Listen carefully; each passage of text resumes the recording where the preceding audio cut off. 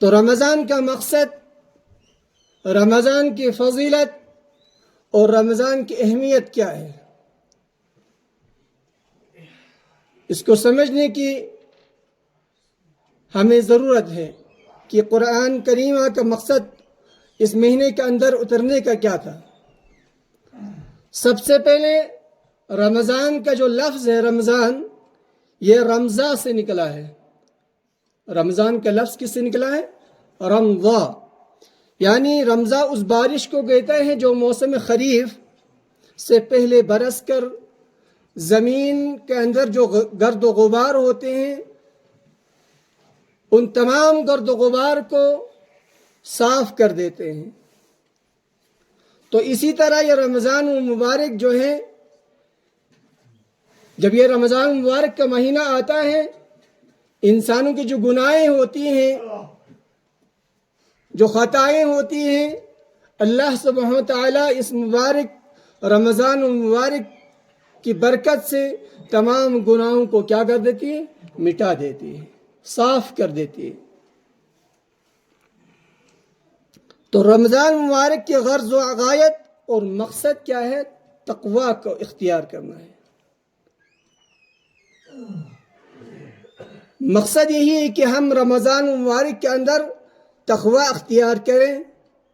اسی طرح باقی 11 مہینے ہیں، اس کے اندر جس طرح رمضان مبارک کے اندر ہم نے اپنی زندگی گزاری، قرآن کریمہ کی تلاوت کی، ذکر و اذکار کیا، اسی طرح باقی 11 مہینے بھی ہمارے ایسے ہی گزرنا چاہیے۔ تو ایک مسلمان رمضان المبارک کے اندر روزہ رکھ کر،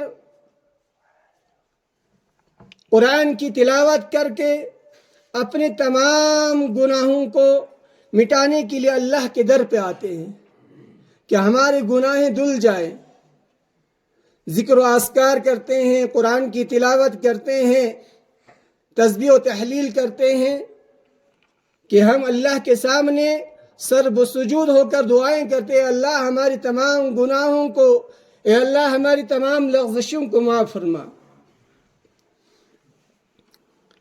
تو جس کی وجہ سے اس کا ایمان کیا ہو جاتا ہے؟ بڑھ جاتا ہے۔ تو یہی تقوی ہے۔ انسان ایک آس لگا کے، ایک لو لگا کے آتی ہے مسجد میں کہ ہم رمضان مبارک کے اندر زیادہ سے زیادہ عبادت کریں گے۔ کیوں؟ جب ہم عبادت کریں گے، اللہ کی نماز پڑھیں گے، تراویح ہم ادا کریں گے، قرآن کی تلاوت کریں گے، تو اس کی وجہ سے ہم ثواب کمائیں گے، اس کی وجہ سے ہم اپنے گناہوں کی ہم بخشش کروا لیں گے۔ تو یہی کیا ہے؟ تقوی ہے۔ حضرت عمر فاروق رضی اللہ تعالی عنہ سے کسی نے پوچھا کہ اے امیر المؤمنین، تقوی کیا ہے؟ تقوی کس چیز کا نام ہے؟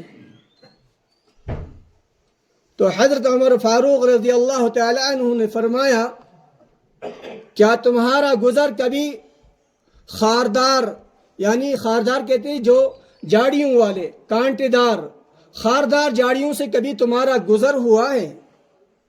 فرمایا کہ امیر المومنین ہاں ہوا ہے۔ تو کہتے ہیں کہ آپ کیا کرتے ہیں جب خاردار جاڑی آتی تو آپ اپنے آپ کو کیا کرتے ہیں؟ تو فرمایا کہ ہم جب خاردار جاڑی آتی تو اپنے آپ کو بچاتے ہیں، اپنے کپڑوں کو سمیٹتے ہیں تاکہ ہم اس کانٹوں سے، اس خاردار جاڑیوں سے بچ کر نکل جائیں۔ تو کہتے ہیں کہ حضرت عمر فاروق رضی اللہ تعالیٰ عنہ فرمایا، یہی تقوی ہے کہ مسلمان اس دنیا میں گناہوں سے اپنے دامن کو بچا کر یعنی اللہ کے پاس چلا جائے۔ جب اللہ سے ملاقات ہو، جب ہماری موت آ جائے، ہماری تمنا کیا ہوتی ہے کہ ہم اپنے تمام گناہوں کو دھل کر اللہ سبحانہ تعالیٰ کے سامنے سر پر سجود ہو جائے، اپنے گناہوں کی بخشش مانگتے ہیں۔ تو یہی کہتے ہیں کہ خاردار جاڑیوں سے ہم جب بچ کر نکلتے اپنے آپ کو بچاتے ہیں تاکہ ہم اس کانٹوں سے بچ جائے، زخمی نہ ہو جائے۔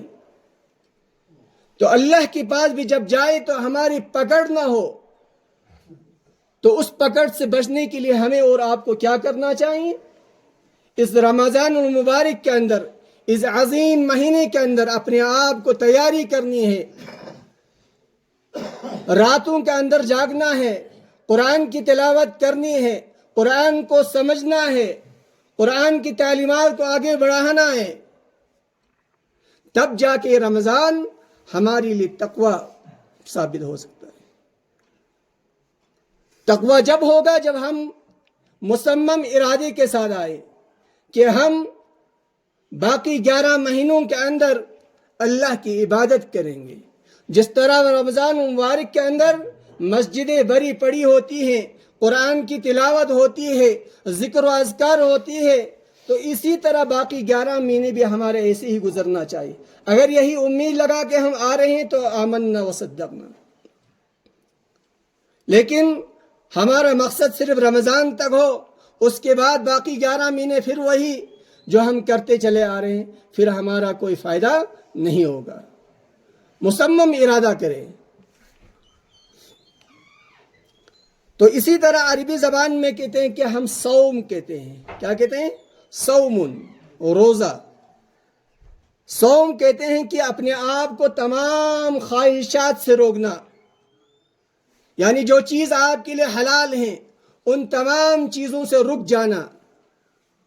حلال کھانا ہے، پانی آپ کے سامنے مہیا ہے، آپ کی بیوی جو آپ کے لیے حلال ہے، لیکن رمضان کی روزے کی حالت میں وہ آپ کے لیے کیا ہو جاتی ہے؟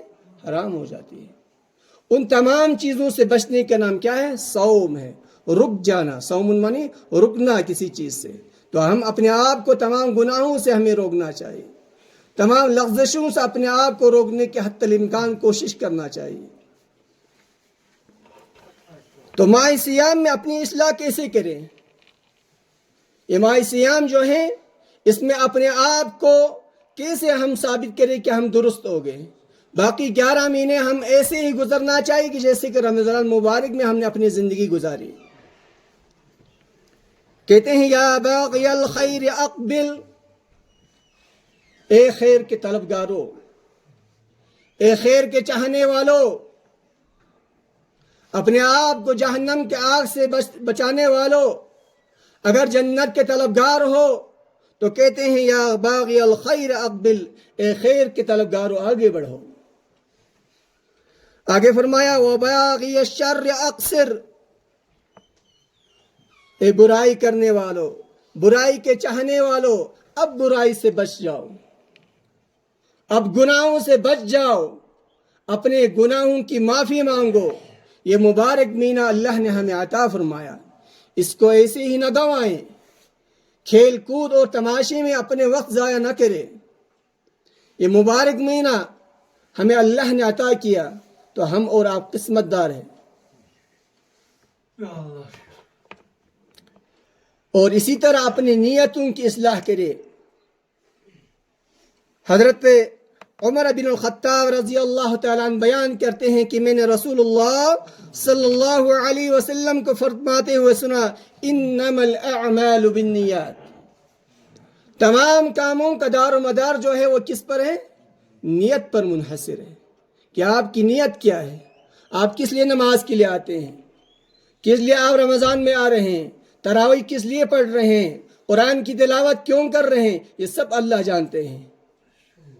تمام دلوں کا بید کا جاننے والا کون ہے؟ اللہ سبحانہ وتعالی ہے۔ تو اپنی نیت کو صاف کر کے آئیں کہ ہم مصمم ارادہ کر لیں کہ ہمیں اس مبارک مہینے کے اندر اپنی بخشش کروانی ہے۔ وَإِنَّمَا لِكُلِّ امْرِئٍ مَّا نَوَىٰ، ہر آدمی کو اس کی نیت کے مطابق ہی پھل ملے گا۔ آپ کی جیسی نیت ایسی آپ کو پھل ملے گا۔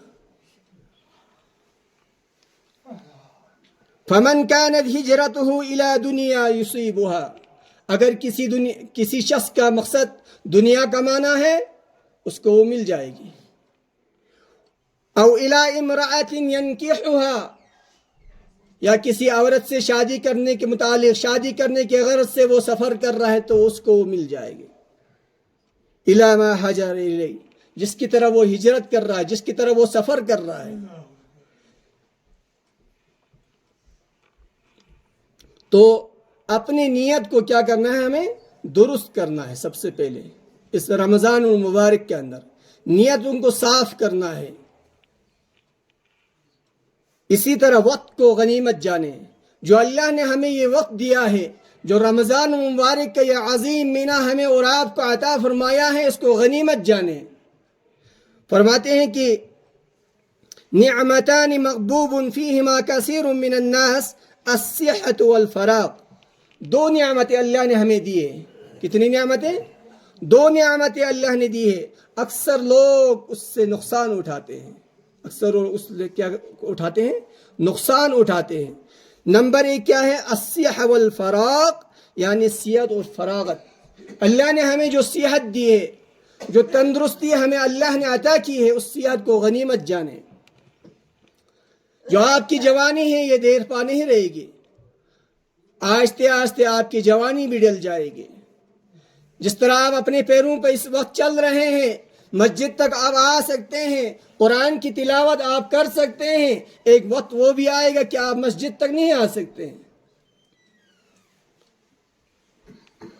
اسی طرح فراغت، یعنی اللہ نے آپ کو فرصت دی ہے، وقت ملا ہے آپ کو، اس وقت کو ضائع نہ کریں.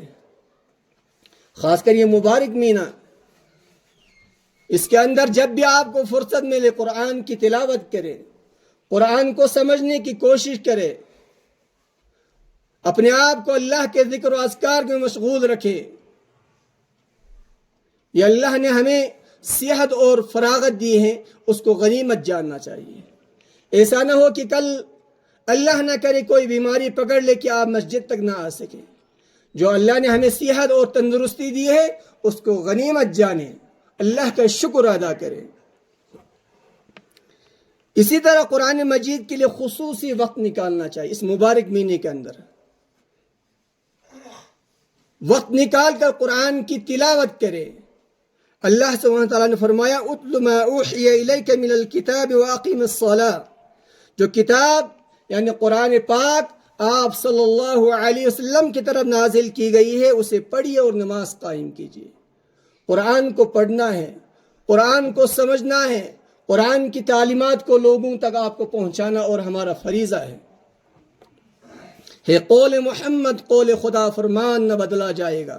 بدلے گا زمانہ لاکھ مگر قرآن نہ بدلا جائے گا. فرماتے فمن اتبع ہوایا فلا یضل ولا یشقى. جو شخص میری ہدایت کی پیروی کرے گا، جو قرآن کی تعلیمات پر اپنی زندگی گزارے گا، جو اللہ سے سیدھی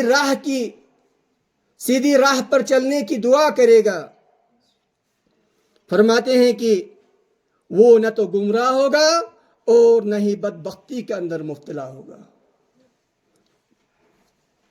فرماتے ہیں ابشروا فإن هذا القرآن سبب طرفه بيد الله وطرفه بأيديكم فتمسكوا به فإنكم لن تضلوا ولن تهلكوا بعده أبدا. قرآن مجید ایک ایسی رسی ہے جس کا ایک سرا اللہ کے ہاتھ میں ہے. جس کا ایک سرا کس کے ہاتھ میں؟ اللہ سبحانہ تعالیٰ کے ہاتھ میں ہے، اور ایک سرا آپ کے ہاتھ میں ہے. آپ کو قرآن کو تھامنا ہے، قرآن کی تلاوت کرنی ہے، قرآن کو سمجھنا ہے. اللہ نے دو ٹوک الفاظ میں فرمایا یریدون لیطفئوا نور اللہ بافواہہم واللہ متم نورہ ولو کرہ الکافرون. یہ کفار و مشرکین یہ چاہتے ہیں کہ قرآن کو مٹا دیں، قرآن کو مٹانے کے پیدر پہ ہیں. آج بھی لوگ قرآن کو ختم کرنے پہ تلے ہوئے ہیں، لیکن اللہ سبحانہ تعالیٰ نے اس قرآن کی حفاظت خود فرمائی ہے. اسے کون ختم کر سکتا ہے؟ آج لاکھوں حافظ قرآن اس مبارک مہینے کے اندر اپنے دلوں کے اندر قرآن کو بسائے ہوئے تراویح پڑھاتے ہیں. کن کن کو جلائے گا؟ تو یہ عظیم مہینہ ہے، اس کے اندر قرآن کی تلاوت کرے، ذکر و اذکار کرے، اس کو غنیمت جانے، اپنی صحت کو، اپنی فراغت کو ضائع نہ ہونے دے. فرماتے ہیں وَإِن كُنتُمْ فِي رَيْبٍ مِّمَّا نَزَّلْنَا عَلَىٰ عَبْدِنَا فَأْتُوا بِسُورَةٍ مِّن مِّثْلِهِ۔ اگر قرآن کے بارے میں تمہیں کوئی شک ہو، تمہیں شک و شبہ ہو کہ قرآن اللہ کی طرف سے نازل کردہ نہیں ہے، تو آپ اس جیسے قرآن کی ایک سورت ہی پیش لاؤ۔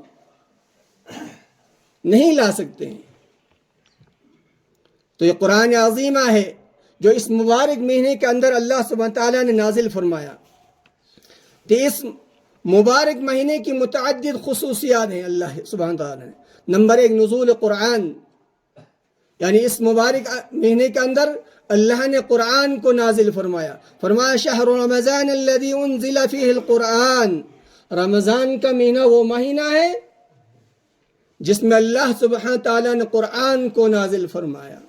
ہدی للناس، لوگوں کی رشد و ہدایت کے لیے، تاکہ لوگ سیدھی راہ پر گامزن رہے۔ وبینات من الہدی والفرقان، تو یہ قرآن ہمیں ہدایت دیتا ہے نیکی کی طرف، کھلی ہوئی دلیل ہے اللہ کی طرف سے، اس میں کوئی شک و شبہ نہیں ہے۔ تو اسی طرح جہنم سے آزادی، اس مبارک مہینے کی یہ خصوصیت ہے کہ اللہ سبحانہ تعالیٰ جہنم سے آزادی فرما دیتا ہے۔ فرماتے ہیں کہ ان اللہ تعالی عند کل فطر اتقاء من النار وذلك فی کل لیلہ، اللہ سبحانہ تعالیٰ بہت سے لوگوں کو جہنم سے خلاصی عطا فرماتے ہیں، جہنم سے آزاد کرا دیتے ہیں، اور یہ ہر رات ہوتی ہے۔ رمضان مبارک کے ہر رات ایسا ہی ہوتا ہے کہ اللہ سبحانہ تعالیٰ جہنم سے خلاصی عطا کرتا ہے۔ یہ اس مبارک مہینے کے عظیم خصوصیت میں سے ایک خصوصیت ہے۔ نمبر 3، جنت کے دروازوں کو کھول دیا جاتا ہے، تمام دروازوں کو کھول دیا جاتا ہے اس مبارک مہینے کے اندر۔ جہنم کے دروازوں کو اسی طرح بند کر دیا جاتا ہے، شیطان سرکش کو جگڑا دیا جاتا ہے۔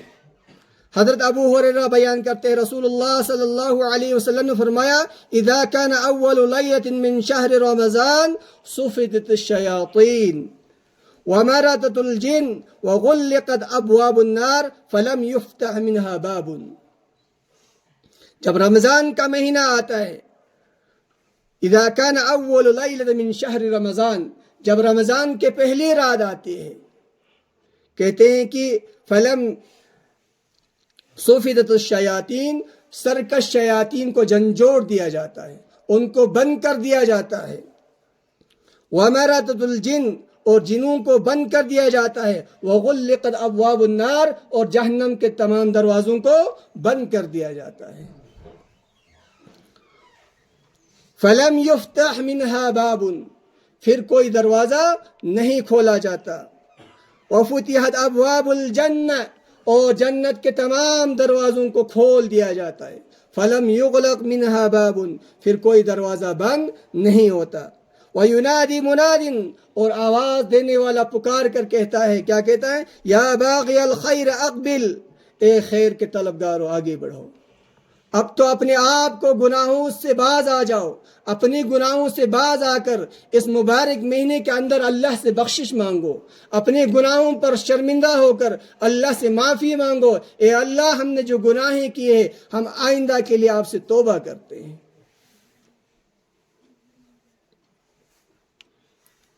وَيَا بَاغِيَ الْخَيْرِ أَقْصِرْ، اے شر کے طلبگارو اب تو رک جاؤ، اب تو گناہوں سے باز آ جاؤ، بہت گناہی ہوئی ہم سے۔ اس مبارک مہینے کے اندر ہم مصمم ارادہ کر لیں کہ اب ہمیں کوئی گناہ نہیں کرنی ہے، باقی 11 مہینے بھی ہمیں ایسے ہی گزارنا ہے۔ جس طرح رمضان مبارک کے مہینے ہم قرآن کی تلاوت میں گزارتے ہیں، ذکر و اذکار میں گزارتے ہیں، نماز پڑھتے ہیں، اسی طرح باقی 11 مہینے بھی ہمیں ایسے ہی گزرنا ہے۔ اگر یہ مصمم ارادہ کر لیا تو آپ کامیاب ہو گئے۔ تو اس کی ایک خصوصیت کیا ہے کہ ایک رات 1000 مہینوں کے برابر ہے۔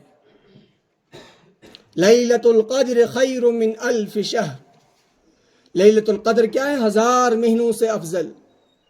تو یہ عظیم مہینہ ہمیں اور آپ کو اللہ نے عطا فرمایا، اس کو ایسے ہی رائے گاہ نہ کرے، ایسے ہی ضائع نہ کرے، بلکہ اس مبارک مہینے کو قیمتی جان کر اپنے آپ کو اللہ کے سر سجود کرے، شرمسار ہو کر اپنے گناہوں پر نادم اور شرمندہ ہو کر اللہ سے معافی مانگ لے۔